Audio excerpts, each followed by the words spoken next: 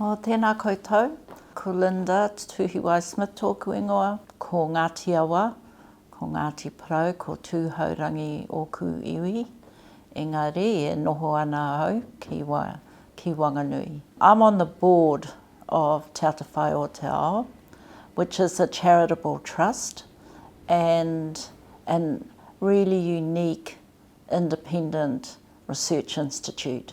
So I want to talk a little bit about the board and what we do and why this work of Te Atawhai is so important to us. And I'm also on the ethics committee, and I'll talk about that as well. So one of the unique things about Te Atawhai is it was set up by community people. And I remember the very first meetings, which were in a garage out at Castle Cliff. My mother-in-law, Pia Smith, and Ree Bennett and others were gathered there in the garage to talk about their aspirations and their real sort of kind of flax roots determination that they wanted to do their own research, that they wanted the community to be in control of this research, and they wanted an entity that enabled that to happen, and they had this huge belief that that was possible. And so for those of us who are in the research world and kind of knew the machinations and politics of research and where the power of research lay at that time, it was in, big universities and funding agencies. It was a really amazing belief and also confirmation that our communities knew what they wanted. And really from that garage, something wonderful grew. And that wonderful Te Atawhai o Te Ao is really, it's been sustainable as a research institute, which is really challenging. It has won significant grants. It has grown the capacity of a number of researchers. Its reputation, if you like, its brand has developed. It's known across New Zealand amongst other research entities. And definitely the former director, Cheryl, who's my sister-in-law, and the current director, Rawiri, are both highly respected researchers in their own right, but they have both led Te Atawhai o Te Ao, into national and international research forums and research collaborations. So for me, it's an honour to be on the board. We have a really funky board. I love our board. It reflects the strengths of our community. I'm there because I'm the one they think knows something about research, but they're down to earth. My colleagues are definitely down to earth. Our chair is Jim Allen. Our Mr. Finance is Lupton. I think he's known throughout Wanganui as being a good accountant and someone who holds us to account in the way we run our trust. And we've only got a really small board. Our third member is Joe Wheeler, also down to earth, has run his own business. And I think one of the beautiful things about the board is questions about how does this relate to our various communities, our whānau, our hapu and iwi are always central to what we do as a board. I think what I've learned from our board is to, focus on how we really can make the research that Te Atawhai o Te Ao does impact in multiple ways in our whānau hapu iwi and our communities.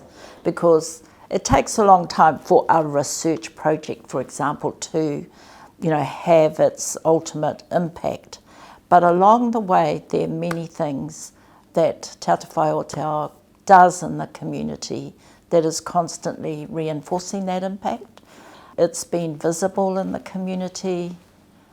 It's having our researchers come from the community and be seen in the community. They're engaged in a wide range of other activities, so they're not the ivory tower researchers who are hidden away. They're from here, they work here. We have a place in Wanganui, and that's what grounds the work that we do. So as a board member,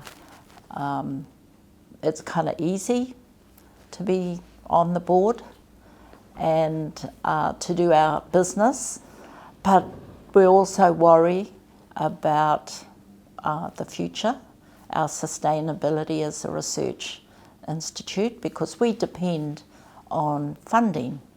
And in our world, research funding comes to researchers rather than institutes, but researchers who have good reputations, who are able to deliver on contracts, to deliver within budget, and we're competing. I mean, our researchers have to compete with all the other researchers in Aotearoa, with all the other institutions that have way bigger infrastructures than us. And so we have very small teams here who have to develop proposals and get those funded. And that's why our reputation is so important, because that's in the end what gets us visible and seen, not just in our communities, but in the research world. And our track record of our researchers is what helps them bring in contracts for us. So it's a very competitive world. And actually in Wanganui, we're not the only independent Māori research institute. We're kind of fortunate to have another one down the road, but also iwi are involved in research, and there are other individuals who are doing that work as well.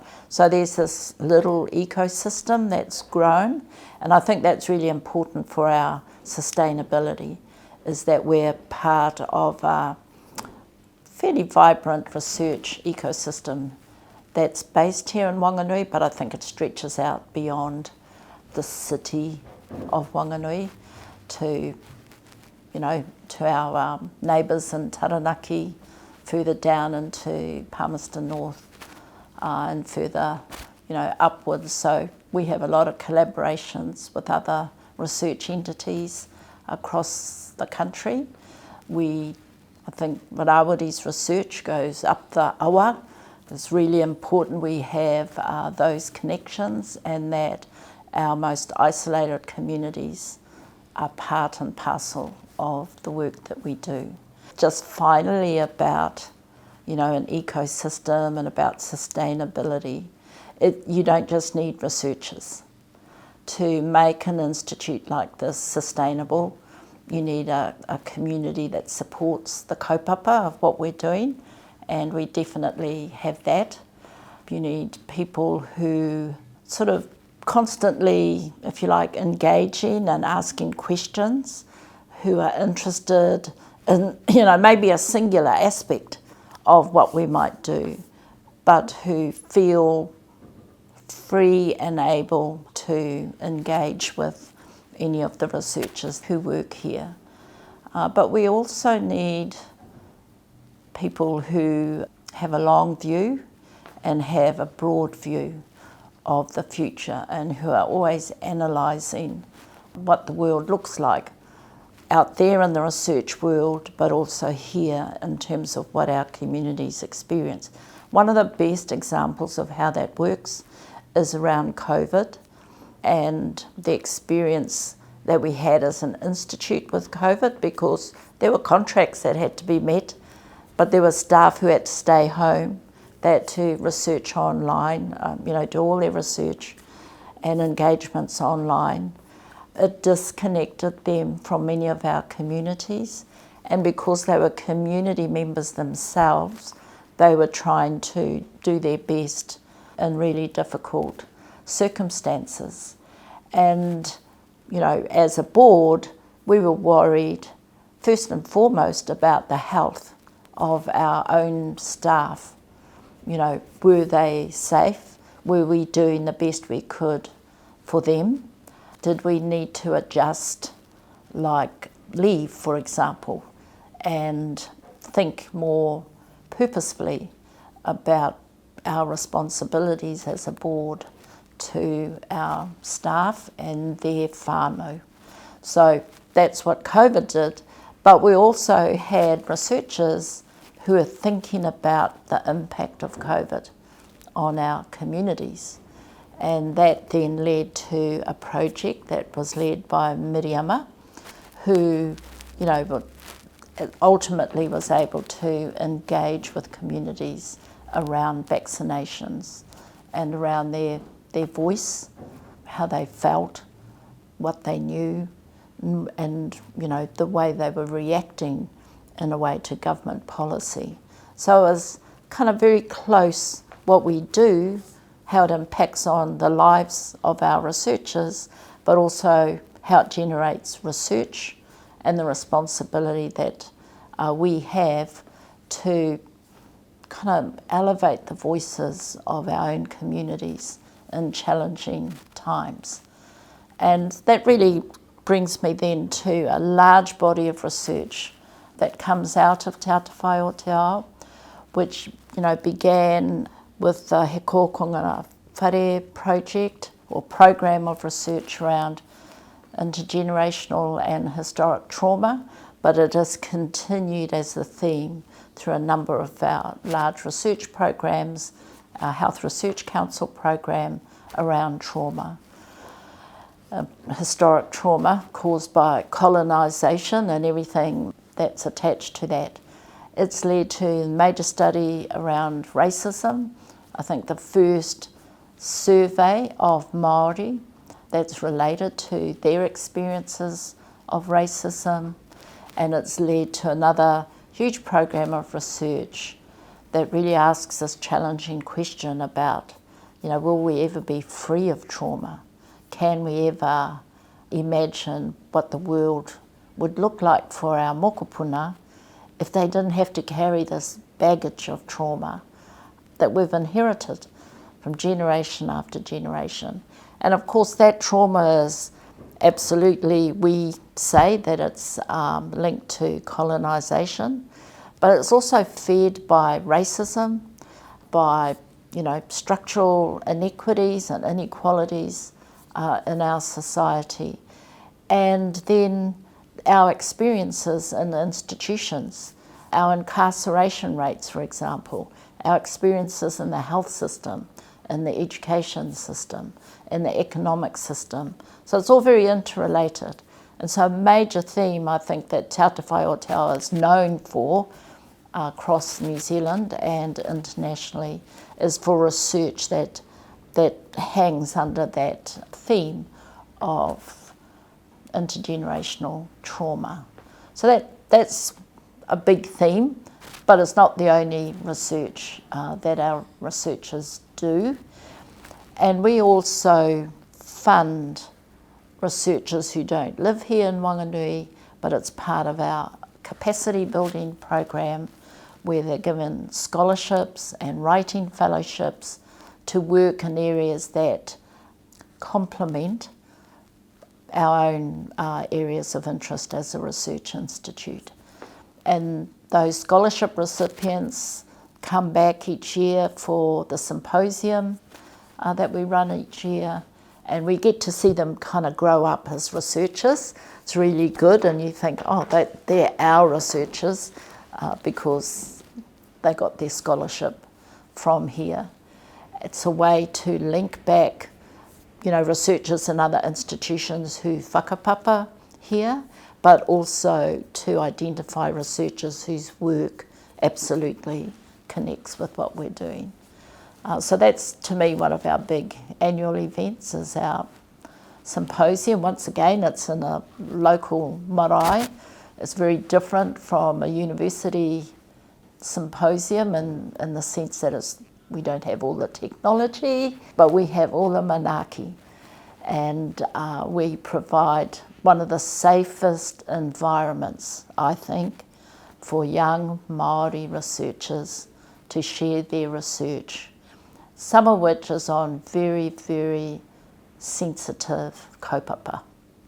To be in a Māori setting where people kind of naturally lock into those kaupapa makes it easier for them to really talk about their research without having to defend being Māori or defend the fact that they want to do research on a topic which others find sensitive. So things like that, I think, make Te Atawhai o Te Ao unique, but also strong, and provide something we know can't be done easily in other places. So I think I want to stop now from talking about Te Atawhai as a whole. I'm going to move to talk about the Ethics Committee. So that too is unique. Te Atawhai o Te Ao has a community ethics committee. So not only does our own research here go up through our ethics committee, but research by other Māori community groups. All right, they don't all have access to ethics committees. So they can submit their applications for ethics approval to Te Atawhai o Te Ao. And we assess those proposals against pretty much standard criteria and the additional kind of knowledge and expectations around tikanga Māori and around sort of as a community knowledge, what we know works and won't work in our diverse community settings. So we get applications from other community entities, from individuals, from Māori who are in mainstream institutions who want a Māori committee to look at their work first and foremost. So that makes our ethics committee also very unique in Aotearoa. There's only a few of us on it, and it's not so much a lot of work. It's really interesting to see the kind of work that other researchers are doing, but the questions always remain the same in terms of research ethics. It's ensuring that researchers don't rip our people off, exploit them, do the kind of research which is ultimately not in their or our interests. In other words, has potential to do harm. Flies against, generally accepted tikanga in particular communities, but is also concerned about things like consent, the right for people to choose not to participate or to end their participation, and really the right to confidentiality when it's required. Those are kind of minimal standards of most ethics committees. I think the extra read that our committee gives to ethics committees is whether other people are going into our communities Māori. Do they whakapapa to those communities? If they do, have they thought about what that might mean?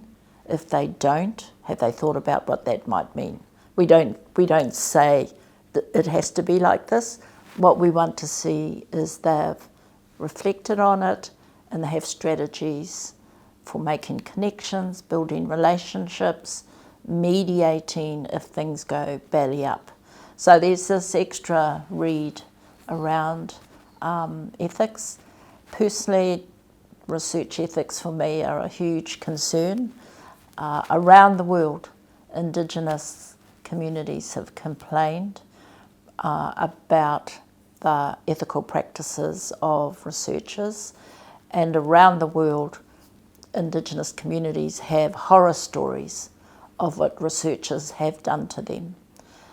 And so I think it's really important that even our own researchers hold themselves to a high standard. And you might think that comes naturally, but actually it doesn't always come naturally. It has to be socialised, trained.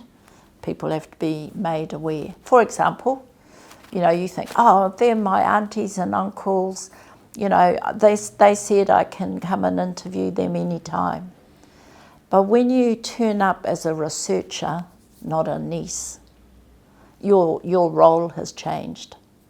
And they can see that change, even if you can't.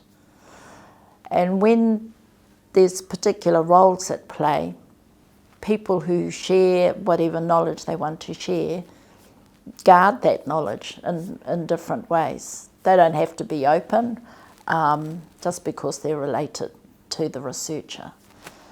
Also, though, it's easy to offend, because if you're a whanaunga of people being researched, they have expectations of you. And if you don't meet their expectations or they're offended by your question, then you've got a whole lot of other issues that you've got to deal with. So an ethics committee helps us manage expectations and put in supports, or to ensure the researchers put in the necessary supports. So those are my two big roles in Te Atawhai o Te Ao. But my main role is to champion the work that Te Atawhai o Te Ao does, because I think it's really special, unique. Its independence is important. So what does that mean? It's not a iwi-specific research institute, and there are iwi-specific ones around us, but it kind of means that we can, because of that, work in these intersectional spaces where many iwi meet together, or we can do research that iwi can't, because it may not be their priority, or it may not be in their particular interest to do that kind of research. So we occupy a particular kind of space, and it's really a privilege and honour for me to be on the board and to be engaged.